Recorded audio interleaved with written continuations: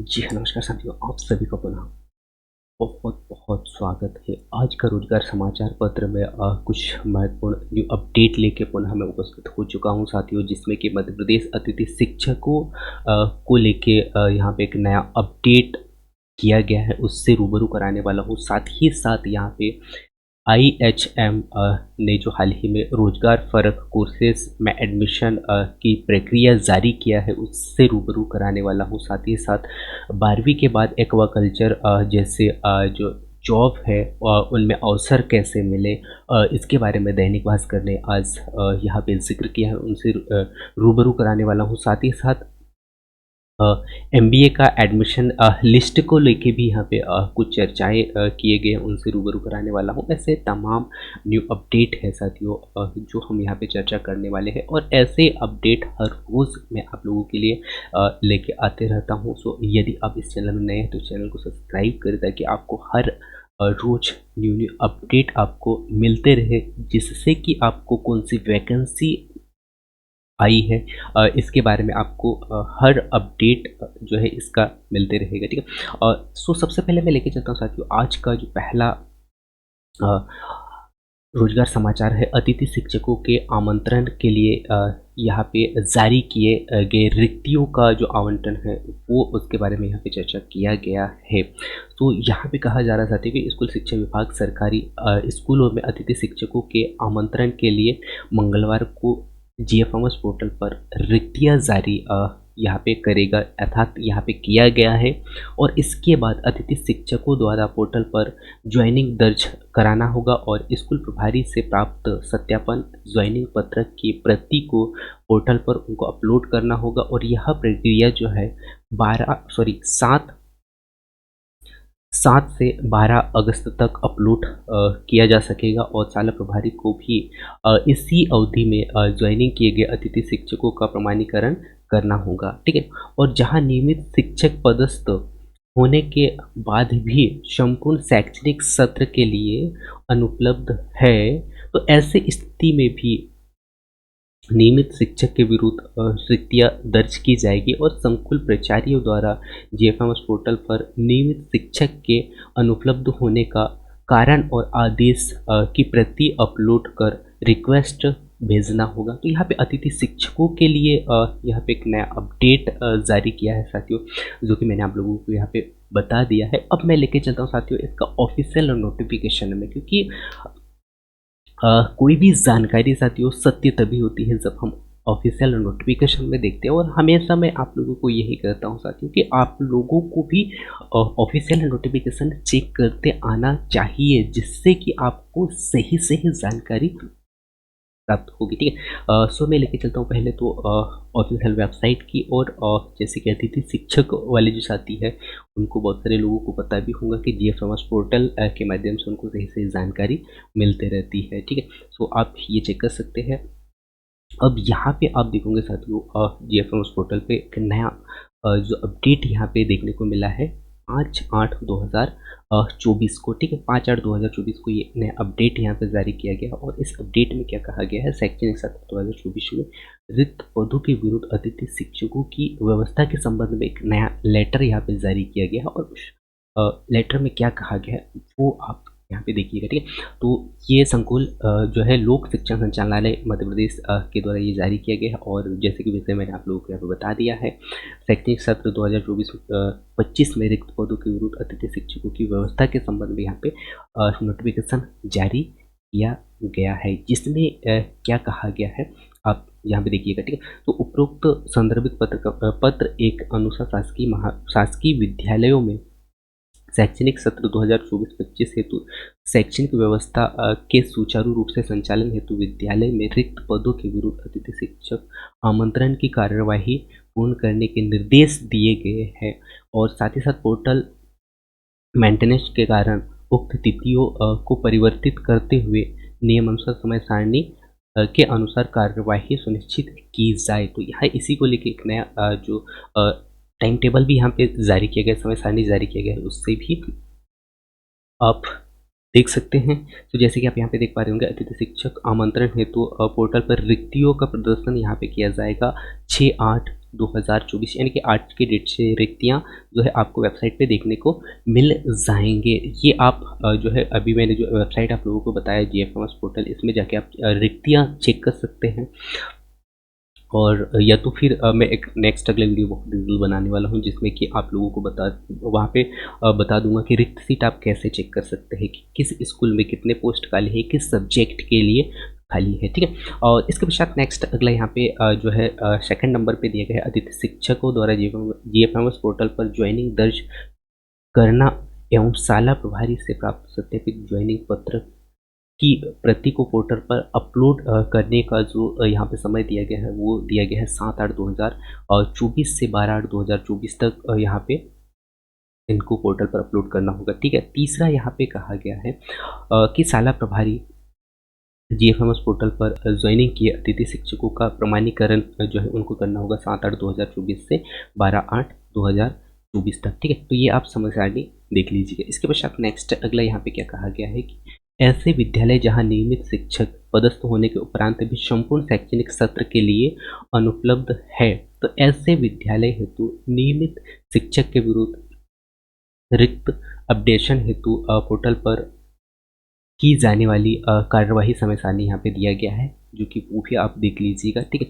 सो यहाँ पे देख पा रहे होंगे, संकुल प्राचार्य द्वारा GFMS पोर्टल पर नियमित शिक्षकों के अनुपलब्ध होने का कारण एवं आदेश की प्रति अपलोड करते हुए रिक्वेस्ट दर्ज करने का जो डेट यहाँ पे दिया गया है 7/8/2024 से 8/8/2024 तक तो रिक्वेस्ट दर्ज करना होगा। उसके पश्चात यहाँ पे कहा गया है कि संकुल प्राचार्य द्वारा प्रेषित की गई रिक्वेस्ट का जो परीक्षण करने के उपरांत संचालनालय स्तर से अनुमोदन की कार्यवाही जो यहाँ पे किया जाएगा 9/8/2024 से 10/8/2024 तक। इसके पश्चात उक्त रिक्तियाँ यदि विगत वर्ष से निरस्त है तथा गत वर्ष किसी अतिथि शिक्षक को नियमानुसार रखा गया है, तो ऐसे स्थिति में GFMS पोर्टल पर ज्वाइनिंग दर्ज कर सकेंगे एवं शाला प्रभारी से प्राप्त सत्यापित ज्वाइनिंग पत्र की प्रति को पोर्टल पर अपलोड करना होगा। और ये इनको समय दिया गया है 11/8/2024 से 13/8/2024 तक। और शाला प्रभारी GFMS पोर्टल पर ज्वाइनिंग किए अतिथि शिक्षकों का प्रमाणीकरण किया जाएगा 11/8/2024 से 13/8/2024 तक। तो यहाँ पे मेरे दोनों समय सारणी दिया गया बता दिया है साथियों। जो ऐसे साथी होंगे जो नए अतिथि शिक्षक के रूप में कार्य करेंगे, उनके लिए यहाँ पे जो समय दिया गया है अतिथि शिक्षकों का प्रमाणीकरण को लेके, साथ ही साथ उनको रिक्तियाँ कब दिखेंगी ये मैंने आप लोगों को यहाँ पे बता दिया। और ऐसे स्कूल यहाँ पे नियमित शिक्षक है लेकिन शैक्षणिक सत्र यानी कि 1 वर्ष के लिए वे अनुपलब्ध होंगे, उस कंडीशन में उनको यहाँ पे जो है अपलोड करते हुए रिक्वेस्ट दर्ज करना होगा। वो पूरा प्रक्रिया मैंने आप लोगों को यहाँ पे बता दिया है, सो वहाँ पे भी आपको मौका मिल सकता है, ठीक। तो ये पूरा जो प्रक्रिया है जो GFMS पोर्टल के द्वारा दिया गया है, उससे मैंने आप लोगों को रूबरू कर दिया। सो मैं उम्मीद करता हूँ कि जो अतिथि शिक्षकों का जो नोटिफिकेशन था वो आप लोगों ने बहुत ही अच्छे से देख लिया होगा। इसके पश्चात नेक्स्ट अगला जो समाचार है वो है साथियों IHM, जो कि रोजगार फर्क कोर्स में एडमिशन जारी करने को लेकर यहाँ पे एक नया अपडेट यहाँ पे दिया गया है, जिसमें कि राजधानी के इंस्टीट्यूट ऑफ होटल मैनेजमेंट के 4 रोजगार पाठ्यक्रम में एडमिशन जारी किया गया है, जिसमें कि पहले आओ पहले पाओ का आधार दिया गया है, जिसमें कि IHM में प्रवेश की अंतिम तारीख यहाँ पे दिया गया है, तो वो है 12 अगस्त, जिसमें कि 12 अगस्त तक आपको यहाँ पे प्रवेश लेना है। और जिन कोर्सेज में एडमिशन दिए जा रहे हैं वह कोर्सेज आप देख पा रहे होंगे जो सर्टिफिकेट और डिप्लोमा कोर्सेज के आधार पर है, कि आप देख लीजिएगा, ठीक है। तो ये रोजगार फ़र्क को लेके एक नया अपडेट यहाँ पे दिया गया है, जो आप लोग यहाँ पे देख पाए होंगे।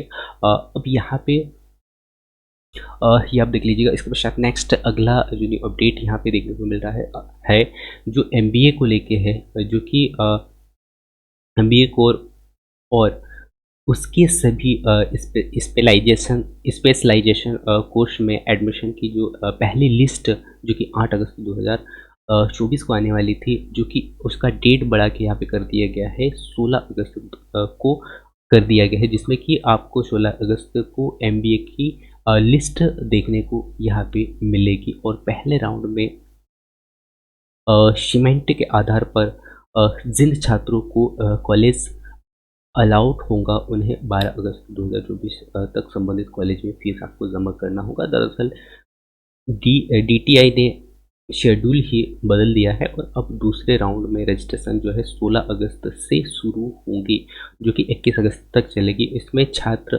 जो है ग्रेजुएशन की मार्कशीट के आधार पर भी आवेदन कर सकते हैं और इसी की मार्कशीट के आधार पर अलॉटमेंट लेटर जारी किया जाएगा। और लेकिन दूसरे राउंड में भी जो है पहली प्राथमिकता जो है सीमेट को ही मिलेगी और जिन कॉलेजों में प्रतिस्पर्धा होगी उनमें पहले सीमेट की मेरिट के आधार में उसी को आधार बनाया जाएगा, ये यहाँ पे कहा गया है। फिर ग्रेजुएशन की मेरिट को महत्व दिया जाएगा, जो कि 1 सितंबर को लिस्ट जारी होगी, फिर 6 सितंबर को फीस आपको यहाँ पे जमा करना होगा। तो ये पूरा प्रक्रिया है एमबीए वालों के लिए, वो आप देख लीजिएगा।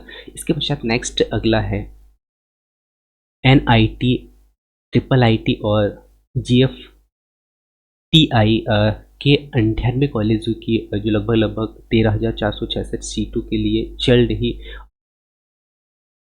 CSAB काउंसलिंग के पहले राउंड का जो सीट आवंटन जारी कर दिया गया है।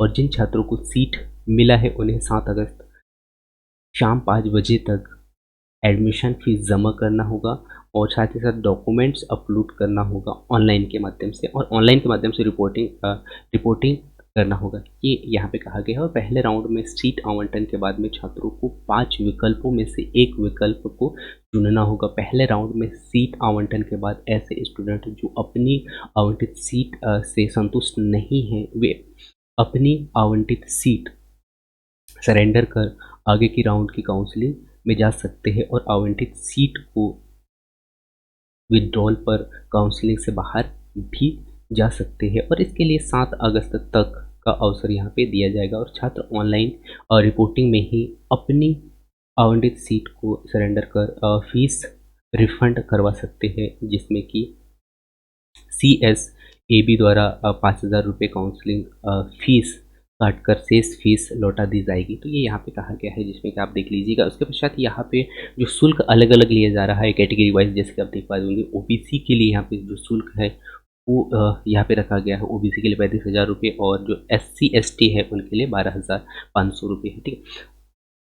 तो ये आप देख लीजिएगा। इसके पश्चात नेक्स्ट अगला जो समाचार पत्र जो हमें यहाँ पे देखने को मिल रहा है, चयनित चिकित्सा अधिकारी यू का जो पेपर हुआ था साथियों 2021 में हुआ था और उनका नियुक्ति को लेकर यहाँ पे कुछ चर्चाएँ किया गया है, जो कि MPPSC होम्योपैथी चिकित्सा अधिकारी द्वारा 2021 में चयनित परीक्षा को अब तक पदस्थापना नहीं मिल सकी है और PSC ने होम्योपैथी चिकित्सा अधिकारी की 43 रिक्तियों के लिए परीक्षा आयोजित की थी और यह परीक्षा 2022 में आयोजित की गई थी और परीक्षा आयोजित होने के बाद फरवरी 2024 में इंटरव्यू भी हो चुका है। इसमें इंटरव्यू आयोजित हो चुका है और अंतिम चयनित डॉक्टरों की सूची 15 मई को MPPSC द्वारा जारी की गई थी और इसके बाद चयनित चिकित्सकों का डॉक्यूमेंट्स वेरिफिकेशन भी हो गया है और यह आयुष विभाग द्वारा करवाया गया था और चरित्र सत्यापन भी पुलिस द्वारा करा लिया गया है, लेकिन अब तक उनकी नियुक्ति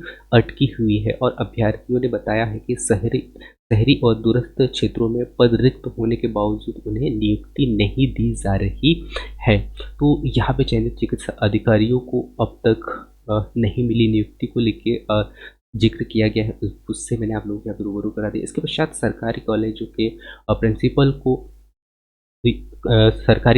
को यानी कि सरकारी कॉलेजों में प्रिंसिपल को ही मिलेगा जिम्मा, कोर्सेज पर भी यही नियम लागू होंगे, प्रोफेसर पर भी यही नियम लागू होगा, ये यहाँ पे कहा गया है। जो प्रदेश के प्रधानमंत्री कॉलेज ऑफ एक्सीलेंस और 13 सरकारी ऑटोनॉमस कॉलेजों में प्रिंसिपल जो है प्रोफेसर और असिस्टेंट प्रोफेसर को रखे जाने के संबंध में उच्च शिक्षा विभाग ने नए सिरे से नियम तय किए हैं और प्रदेश में 55 पीएम कॉलेज ऑफ एक्सीलेंस है और इसके तहत प्रभारी प्राचार्य प्रोफेसर असिस्टेंट प्रोफेसर और उन्हें प्रोफेसर उन्हें ही नियुक्ति किया जाएगा जो पहले से सरकारी कॉलेजों में अपनी सेवाएं दे रहे हैं और प्रिंसिपल और प्रोफेसर को पीएचडी होना चाहिए और प्रिंसिपल के लिए आवेदन करने वाले अभ्यर्थियों को पीएचडी नोटिफिकेशन की डीपीआई फाइल अपलोड करना अनिवार्य होगा। तो ये पूरा प्रोसेस है, साथ ही पूरा प्रक्रिया यहाँ पे बताया गया है, वो आप देख लीजिएगा, ठीक है। इसके पश्चात नेक्स्ट अगला यहाँ पे 8 को नहीं 16 को एमबीए का एडमिशन होगा, ये जो कि मैंने आप लोगों को यहाँ पे बता दिया है, ये डबल आ चुका है, ठीक है। और इसके पश्चात 12वीं के बाद में एक्वाकल्चर क्षेत्र में जॉब के अवसर को लेकर यहाँ पे जो है दैनिक भास्कर में कहा गया है कि भारत में तेजी से हो रहे आर्थिक विकास और बढ़ते शहरीकरण के कारण जो है जलीय कृषि क्षेत्र एक्वाकल्चर आने वाले दशकों में तेजी से उभरने वाले सेक्टर्स में से एक है और बढ़ती आबादी की और बढ़ती आय के साथ भारत में फूड हैबिट्स में बदलाव भी दर्ज किए गए हैं जिसमें पढ़ाई के अवसर दिया गया है। एक्वाकल्चर में बीएससी आप ले सकते हैं। यह कार्यक्रम जलीय जीव और उनकी खेती और प्रबंधन के अध्ययन पर केंद्रित होगा। उसके पश्चात नेक्स्ट अगला समुद्री जीव विज्ञान जिसमें कि मरीन बायोलॉजी होगा जिसमें कि बीएससी होगा ये भी, और ये कार्यक्रम समुद्र परिस्थिति तंत्र की व्यापक समझ प्रदान करेगा। उसके पश्चात मत्स्य विज्ञान होगा जो कि फिशरीज साइंस जो कि बीएससी होगा जिसमें कि प्रोग्राम मछली जीव विज्ञान और हैचरी मैनेजमेंट और जलीय कृषि प्रथाओं पर ज्ञान प्रदान करेगा। उसके पश्चात जल कृषि में एमएससी की जो प्रक्रिया यहाँ पे होगी जिसमें कि प्रोग्राम के तहत जल कृषि प्रथाओं में अनुसंधानों और विकल्प और एडवांस्ड अध्ययन का अवसर यहाँ पे मिलेगा। तो ये पूरा प्रक्रिया जो है 12वीं के बाद में एक्वाकल्चर के क्षेत्र में जो है वो दिया जाएगा जिसमें कि अलग अलग सब्जेक्ट के रूप में आपको देखने को मिल रहे हैं जैसे जलीय कृषि में डिप्लोमा, उसके पश्चात सर्टिफिकेट प्रोग्राम आदि बहुत सारे जो प्रोग्राम और सर्टिफिकेट यहाँ पे दिए जाएंगे वो आप देख लीजिएगा, ठीक है। तो एक बहुत ही महत्वपूर्ण समाचार पत्र था साथ ही जो आज का रोजगार समाचार पत्र में मैंने कुछ महत्वपूर्ण समाचार थे, रोजगार समाचार थे, उनसे मैंने आप लोगों को यहाँ पे रूबरू करा दिया। सो मैं उम्मीद करता हूँ कि आज का रोजगार समाचार पत्र को आप बहुत ही अच्छा से देख रहे होंगे और आज का रोजगार समाचार पत्र में खासकर मध्य प्रदेश के अतिथि शिक्षकों के लिए यहाँ पे जिक्र किया गया है क्योंकि उनका एक नया अपडेट जो है डीपीआई विभाग के द्वारा जारी किया गया था जो कि मैंने उसको बहुत ही अच्छा से डिटेल से आप लोगों को बताने का प्रयास किया। So thanks for watching. साथियों मिलते हैं अगली महत्वपूर्ण न्यू अपडेट के साथ में, तब तक जय हिंद।